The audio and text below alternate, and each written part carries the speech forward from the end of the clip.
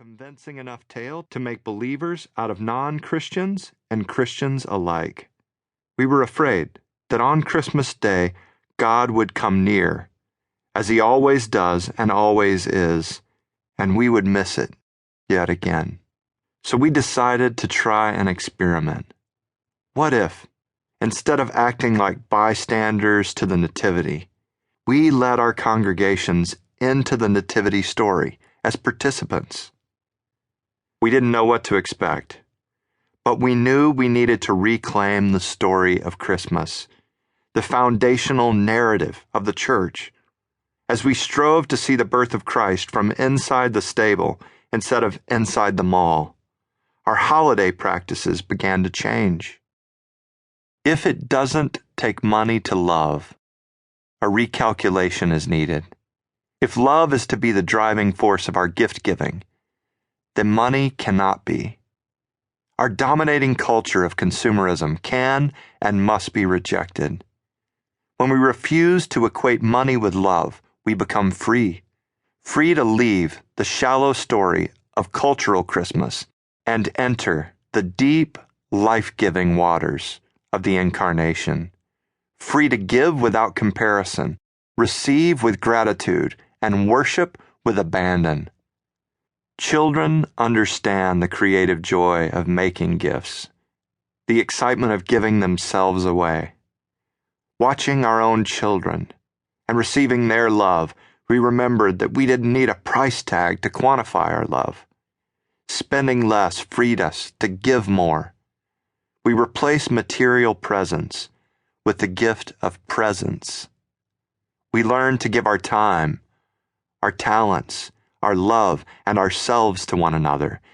We were convinced that an inescapable consequence of truly entering the Christmas story was compulsion to love all.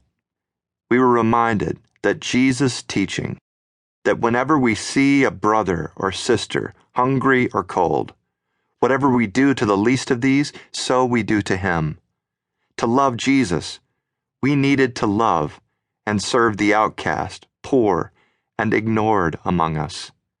In our local schools, in Liberian villages, and under highway overpasses as the mechanisms of progress sped by. Spending less gave us the resources to make a huge difference. And the greatest resource was the presence of Christ within us. With our new freedom of time space and mind space, our attention was more fully focused on Jesus coming. For the first time in many years, we felt as if we were on our knees in the dirt beside the manger, worshiping with the shepherds.